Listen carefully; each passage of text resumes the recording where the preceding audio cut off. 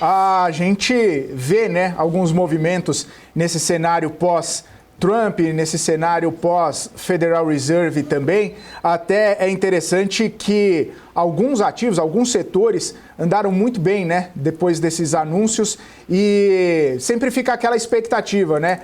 O que deu certo na questão de Big Techs, empresas de tecnologia, empresas mais consolidadas, vai continuar dando certo nesse cenário? Vai continuar sendo o que puxa os índices desse cenário? Ou a gente pode ver algum movimento de rotação, a gente pode ver outras empresas de menor capitalização tendo melhores desempenhos nesse cenário, principalmente, né, com expectativas, muitas expectativas sobre a administração Trump?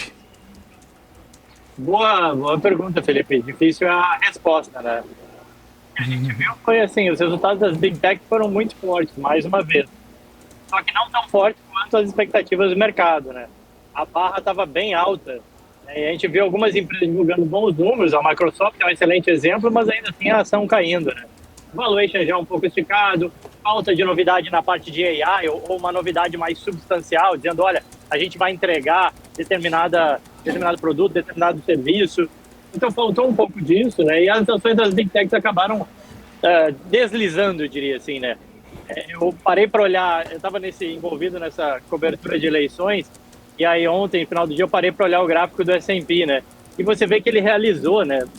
Aquela realização de 3, 4% de queda no índice S&P antes de dar essa escalada agora, especialmente após a vitória do Trump. Então, assim, e talvez tenha ficado nisso, né? A gente entra no melhor momento para a Bolsa agora, historicamente, né? Novembro, abril são meses muito fortes, e em especial novembro a janeiro, ainda mais.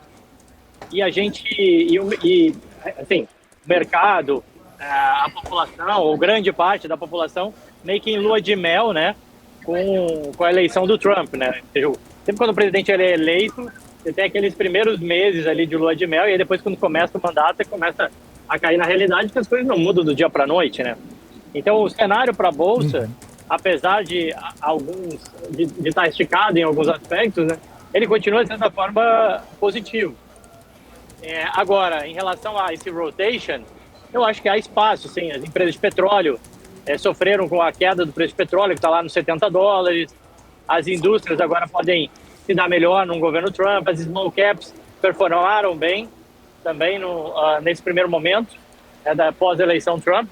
E você teve ainda o setor, eu sempre falo dos REITs, né? Eles sofreram recentemente.